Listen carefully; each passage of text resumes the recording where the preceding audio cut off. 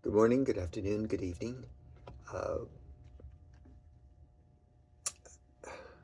this will be one of my more controversial midweek messages, so take it for whatever it's worth. And the famed cowboy philosopher and social commentator Will Rogers once observed, the short memory of the American voter is really what keeps our politicians in office. Unless we forget, back on November 10th, 2013, Donald Trump tweeted, "Remember," he said in a tweet, I predicted a long time ago that President Obama will attack Iran because of his inability to negotiate properly. Not skilled. Not skilled at all." Contrary to that prediction, Barack Obama went on to negotiate a nuclear agreement with Iran, an agreement that President Trump did scrap and then later attempted to rebrand under his name.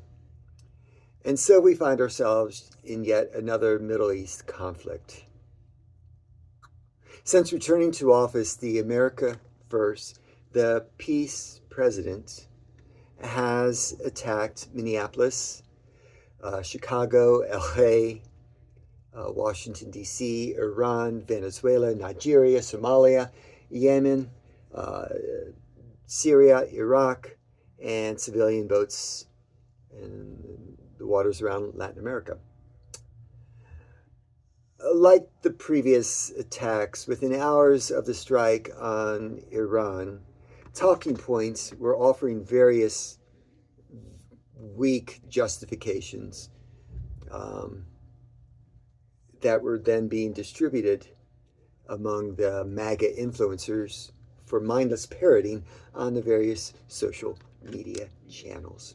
For more than a decade, the Israeli Prime Minister Benjamin Netanyahu has claimed that Iran was just weeks away from launching a missile at the continental U.S. Following the strike on Iran, Trump offered that same unfounded allegation. And yet, just last summer, Trump and Secretary of Defense Pete Hegseth boasted that the U.S. had obliterated Iran's nuclear capabilities. Well, Steve, they've had time to rebuild. Yeah, yeah. I'm sure they had the capabilities. They were there just like the weapons of mass destruction were there in Iraq. The excuse, perhaps closest to the truth, likely came from the Secretary of State Marco Rubio and House Speaker Mike Johnson, who said in no uncertain terms that the strike was conducted in service to Israel. And here's the main point I want to get across today, which is going to not set well with a lot of people. Trump is not without support on Capitol Hill, okay, for the attack on Iran. Let's be real clear about that. In a show of really a rare bipartisanship on right after the State of the Union address, the recent State of the Union address, congressional staffers, mere hours after that address, Democrats and Republicans were working together behind the scenes to block a vote that was aimed at stopping the president from waging war with Iran.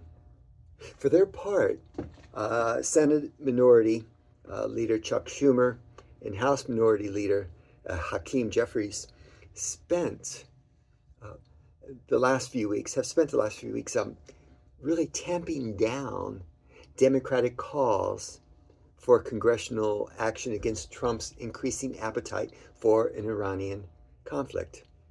Now, why would they do that, you ask? Because you see, the American Israel Public Affairs Committee has very, very deep and influential pockets. Both sides of the aisle, Republican, Democrat, are financially cozy with Israel, content with members of our armed forces fighting and dying in battles on their behalf. Last year, while the left was applauding Senator Cory Booker's marathon speech,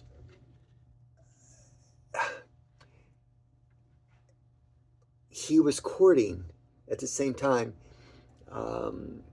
just days later, Netanyahu, while genocide was raging on in Palestine. And as Minnesota Democrats were praising Senator Amy Klobuchar for speaking out against atrocities committed by ICE in Minneapolis, she's also one of Netanyahu's favorite senators, she says, and dines with him nearly every time he visits Washington. Let's be clear here, okay? Unwavering support of Israel is not some sort of biblical obligation to God's chosen people. There are those, such as U.S. Ambassador to Israel, Mike Huckabee, who go to great efforts to deceive you into believing that the nation of Israel and Judaism are the same thing, that they're synonymous. They're not. Those who peddle this fallacy are known as Zionists. While few have the moral fortitude to say it, I'll say it, okay? The fact no less remains. Zionism is to Judaism what Christian nationalism is to Christianity. They are bastardized, politicized representations of their respective faiths. Zionists will attempt to gaslight you into believing it is anti-Semitic to oppose America's blank check to Israel, sending troops to battle on its behalf, or pointing out the fact that Netanyahu is a manipulative war criminal, which he is. Voter amnesia be damned.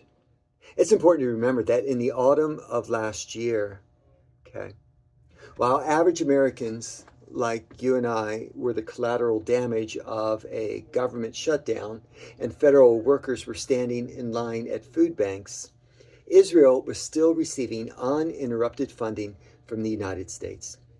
Various polls suggest that voters of all political persuasions are growing weary of America's unwavering and excessive support of Israel.